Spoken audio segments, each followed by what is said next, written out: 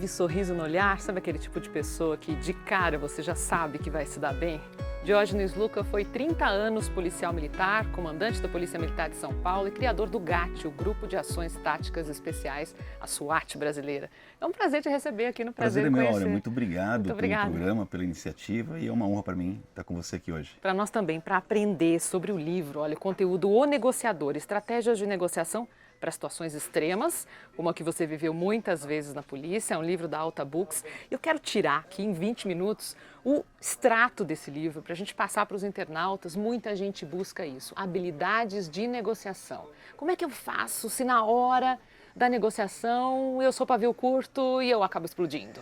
A grande sacada desse livro foi porque eu aproveitei aquilo que eu aprendi em situações de muita tensão, que são as chamadas ocorrências com reféns localizados. O que é isso? Um criminoso vai fazer um assalto, não dá certo, ele faz o refém, está com medo do confronto, está com medo do risco, e são situações muito midiáticas que é uma missão do GAT, esse tipo de tratamento nesse tipo de crise. E eu, por ser fundador do GAT, também fui comandante do GAT, eu fui o negociador do GAT durante 11 anos da minha vida. E nessas negociações de alta tensão envolvendo criminosos, eu aprendi algumas lições importantes, algumas técnicas, algumas táticas e vi posteriormente que isso era tremendamente aplicável no mundo corporativo, né? As empresas querem desenvolver as habilidades dos seus colaboradores no aspecto de negociação. E assim, uma série de lições que eu compartilho nesse livro, mas a primeira delas, que é importantíssima para você poder evoluir como negociador, é você fazer uma ressignificação do conceito de conflito, né? Nós, acho que talvez um pouco da nossa cultura judaico-cristã, a gente tem uma pegada assim, a gente acha que a harmonia e o entendimento é muito natural nas relações interpessoais. E eu, como negociador, aprendi que não é essa a realidade, né? É muito mais comum entre nós o conflito do que a harmonia e o entendimento. Quando você assume esse novo setup na sua mente, a tua vida muda. E não muda só nas negociações corporativas, nas grandes negociações, mas também muda no aspecto pessoal. Você fica uma pessoa melhor, você fica uma pessoa mais tolerante, você avalia melhor como pensa a outra pessoa, como ela se relaciona com o mundo, como ela interpreta o mundo, e isso faz com que você seja mais bem sucedido nas negociações. Essa é a primeira grande lição do livro. Mas para dar essa virada de chave, é preciso abrir mão de algumas coisas, né? Como, por exemplo, aquela crença de eu tenho que ganhar, daqui eu tenho que sair ganhando. Pois é, essa é uma negociação que ela ficou muito caracterizada, até quando eu dou aula de negociação, sou professor da FIA, eu falo isso para os meus alunos, né? Aquela negociação do passado que era eu ganho, você perde. Ela é um tipo de negociação, mas ela tem um problema, um vício colateral, que ela não gera relações duradouras. Na medida que passa o tempo e a outra pessoa que saiu enfraquecida do processo sente que saiu perdendo, sente que não fez um bom negócio, isso gera naquilo que nós chamamos, uma expressão chama dissonância cognitiva, que é uma quebra da expectativa, que é uma tristeza, que é a percepção de que não fez um bom negócio e isso dilapida, isso sabota aquilo que são as relações duradouras. Hoje a negociação, que eu aplicava inclusive no GAT com os meus clientes que são os criminosos, é a chamada negociação ganha-ganha, uma negociação baseada em princípios. Uma negociação no mundo corporativo que tem por objetivo não ganhar uma única vez, ganhar sempre. E ganhar sempre significa fazer o melhor acordo possível para as duas partes. No GAT você deve ter tido várias experiências em que se o bandido, o criminoso, tivesse essa percepção de que estava perdendo ou tinha sido passado para trás, ele podia colocar em risco a vida do refém. Na verdade, quando nós começamos o GAT, nós cometimos esse erro.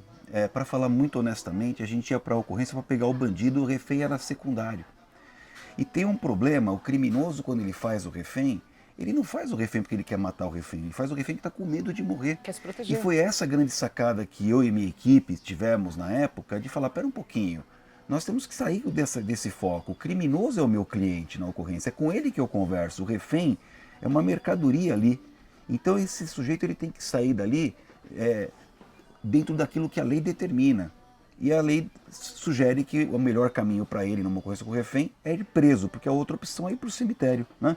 Então qual foi a sacada da minha equipe e minha como comandante? Falei, olha, nós vamos trabalhar forte até o dia que o bandido chamar o GAT. Você pode imaginar, Áurea, pegar os policiais que tinham aquele mindset de vencer custe o que custar e falar que nós tínhamos que trabalhar forte até o dia que o bandido chamar o GAT. Em outras palavras, eu quero que o bandido tenha tanta confiança na minha palavra enquanto negociador que ele vai querer a nossa presença lá. Para negociar com Demorou vocês. 7 anos. Eu demorei 7 anos para colher esse resultado. Foi no último ano da minha gestão, que numa última ocorrência que eu participei, essa história está no livro, o criminoso estava, o policial de área, que não tem essas qualificações específicas de negociação, estava empacado lá, não conseguia progredir. O GAT foi chamado com uma tropa de reforço, com uma tropa de elite, como os especialistas, né? E quando eu cheguei lá, foi anunciada a presença do GAT e o criminoso falou assim: o GAT está aí? Tomando o pessoal do GAT subir, o pessoal do GAT é firmeza, a palavra não faz curva. Eu fui tomado de emoção nesse dia, porque eu tinha trabalhado forte para alcançar isso, mas não esperava, né, naquele momento. E aí eu fiz duas coisas nesse dia, nessa ocorrência. Eu falei, dá um reforço positivo pro negócio. O primeiro interventor que estava ali conversando, falei, dá um reforço positivo porque foi uma boa sacada do sujeito, ele está mais confortável. Aí o sujeito deu um elogio, falou, olha, bacana, desse jeito vai terminar. A segunda coisa que eu fiz, Áurea, ela nem estava nos protocolos, mas eu falei, pô, pergunta por que ele está falando isso. E aí o policial que estava ali, né, o primeiro interventor, falou assim, mas você conhece o pessoal do GAT? Ele falou, eu não.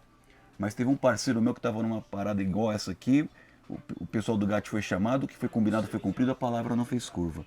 Então o GAT, a partir desse período, ele conquistou uma credibilidade em relação aos criminosos. A gente é duro, a gente quer resolver numa boa, temos outras ferramentas também se o criminoso não colaborar.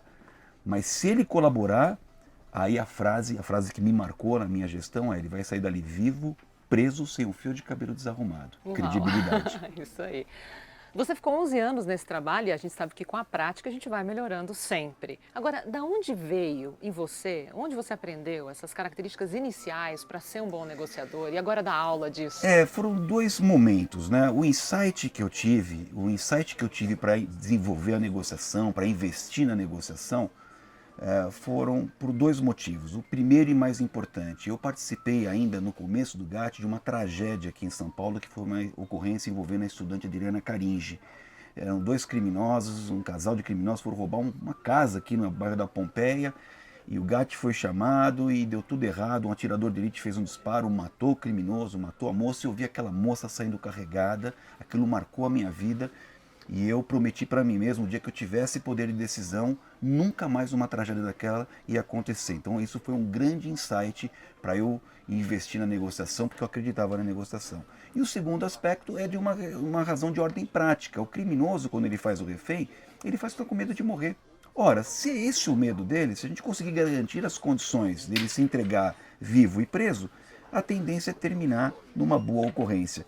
E até um terceiro motivo também importante, não tão fundamental, mas importante, é que nessa situação de ocorrência tem pessoas envolvidas ali, tem o refém, tem o próprio policial, e o melhor dos mundos é resolver sempre que possível, sem nenhum risco, sem ninguém se machucar, inclusive o criminoso. Cabe a ele prestar contas à justiça, mas essa história de bandido bom, bandido morto, para o GAT não vale, não se aplica. Isso é uma coisa que é uma excrescência no nosso modo de ver. Então, essas três forças me levaram a investir forte na negociação, me tornei um negociador de sucesso, eu nunca perdi um refém nas operações que eu comandei, e depois, para minha alegria, eu vi que a negociação começou a ganhar bastante empuxo, bastante força no mundo corporativo. Hoje você vê, né, começou com o Daniel Goleman lá atrás, com aquele livro Inteligência Emocional, e hoje você vê que é muito importante essas habilidades de relacionamento interpessoal, e a negociação oferece muitas possibilidades para isso, em relação a um líder e sua equipe, em relação aos pares e seus contatos. Então o mundo corporativo é muito carente disso, a gente percebe uma necessidade de que as pessoas desenvolvam as habilidades de negociação. E de reboque, você fica um ser humano melhor. Oh. Né? É bacana também. Acho que é aí que está a virada de chave, né? Esse início de processo de autoconhecimento para buscar a habilidade da negociação. É quando você aprende a lidar e conhecer suas próprias emoções, né? Verdade. Que é o termo usado como inteligência verdade. emocional. O que você define como determinante para que isso possa acontecer? Eu acho que para mim foi importante essa visão de mundo, sabe? Eu tenho sido muito reflexivo com relação ao que acontece hoje, sobretudo com as mídias sociais, né? Um dia desse eu estava conversando com a minha esposa e ela fez uma observação que eu achei assim, me pegou de jeito. Ela falou, como é que as pessoas viviam antes da internet sem poder extravasar a sua ira, a sua indignação? Você vê muita raiva, né, nesse negócio. Então, eu acho que o ser humano ele transita nessa dualidade, Áurea, de ser protagonista das coisas mais maravilhosas, mas nós temos algumas coisas meio primitivas, né? Aqueles instintos primitivos, e eu acho que a negociação serve para dar uma amortecida nisso, para dar uma civilizada, para você aprender a respeitar o ponto de vista divergente, né? É legal o debate, desde que você, e aí uma regrinha de negociação, que você separe as pessoas do problema, e é muito difícil isso, por isso eu super recomendo que as pessoas comecem sabe, se mergulhar um pouquinho nesse universo da negociação. Tem autores maravilhosos aí como o William Ury, a Simone Simon, pessoas que escreveram livros sobre esse tipo de conteúdo, e aí você vai lendo. O meu próprio livro traz algumas experiências aí daquilo que eu vivi em situações de muita tensão, e as pessoas vão começando a formar um repertório de conhecimento, de entendimento de que a gente pode conviver, né? De uma maneira um pouco mais civilizada, com respeito, e a negociação está muito atrelada a isso, né?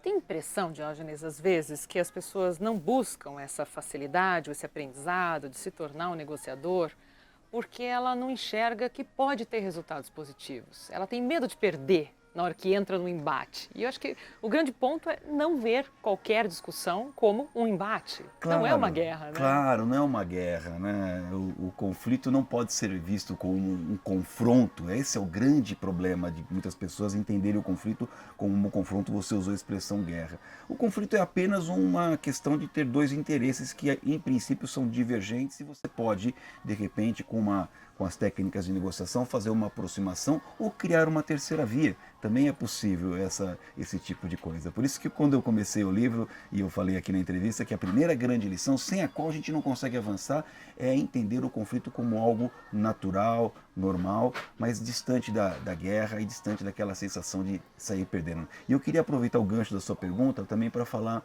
dos chamados 3 tipos de negociação, né? Eu dou aula nisso daí, eu falo, a primeira negociação é aquela que pode dar certo de pronto, né? Você oferece o seu celular para vender, eu chego lá, vejo o valor, te pago e acabou o problema. Eu costumo dizer que não houve negociação nisso daí. E o pior, você vai sair triste, e eu também. Triste porque eu paguei tão fácil que eu falei, pô, eu poderia ter cobrado um pouquinho mais. E eu também triste porque falei, nossa, eu poderia ter pedido um desconto, né? Então não houve negociação. Por outro lado, tem o oposto disso. A negociação pode não dar certo. Ou seja, não tem engajamento. A divergência entre os pontos é tão significativa, tão gritante, é tão distante, que a gente não rolou. E às vezes não é nem só por causa do preço. Não é só pode por ser causa o do preço, modelo, pode ser o modelo, estado pode do ser celular. uma série de circunstâncias, né? Então também tem que ter na cabeça que não é assim tudo vai dar certo na negociação. Ela pode então ter um engajamento. E aí vem o terceiro tipo, que é para isso que a gente escreve os livros, para a gente dar aula. A negociação pode dar certo se trabalhada, né? Que é a hora que você começa a fazer por meio de um processo de negociação, fazer essa aproximação entre dois campos divergentes para poder fazer um ajuste ou mesmo criar juntos uma terceira via. O importante é sempre entender que o que a gente quer são relações duradouras. Eu acredito muito, Áurea, apesar do que a gente vê hoje de crise, apesar do que a gente vê hoje de situações de desrespeito, de pontos de vista assim, agressivos que as pessoas fazem atacando as pessoas que têm uma opinião divergente, eu acredito muito que a gente vai se acomodar, que isso tudo é um momento, né? Que agora deu vazão para as pessoas poderem se expressar, mas daqui a pouco a própria regulação do direito em relação ao que você pode fazer ou não nas redes sociais, até que ponto isso não pode ser uma injúria, pode ser um dano moral, tudo isso vai se acomodando e a gente vai chegar lá na frente num momento onde que haverá um pouco mais de equilíbrio e as pessoas entenderão de uma forma, acho que um pouco mais fácil, de que é possível a gente conviver tendo posições e opiniões diferentes. Estamos torcendo juntos. Né? Não precisaria haver regulação se houvesse bom senso. Pois é, você sabe esse bendito bom senso que não vende por quilo. O bom quilo. senso é uma coisa engraçada. Quando eu saí do GAT, eu fui trabalhar num outro setor da polícia, eu estava com a minha agenda um pouco mais tranquila, eu dei vazão a um sonho.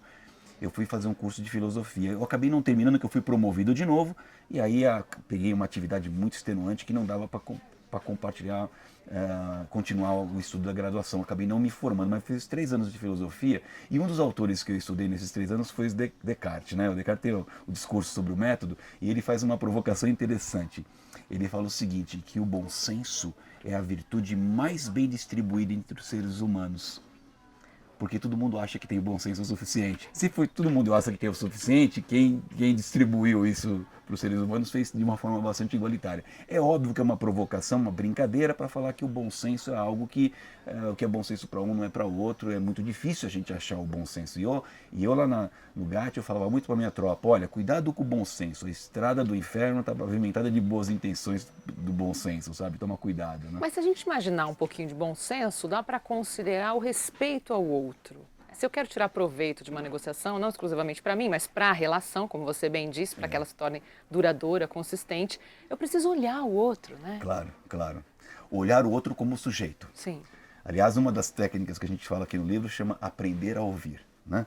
Aprender a ouvir é praticar também a escutativa, que eu estou fazendo com você aqui, eu estou olhando nos seus olhos. É o que você está fazendo comigo aqui, fazendo esse meneio de cabeça, me dá a sensação de que você está prestando atenção no que eu estou falando, que você me considera e me respeita como um sujeito da relação.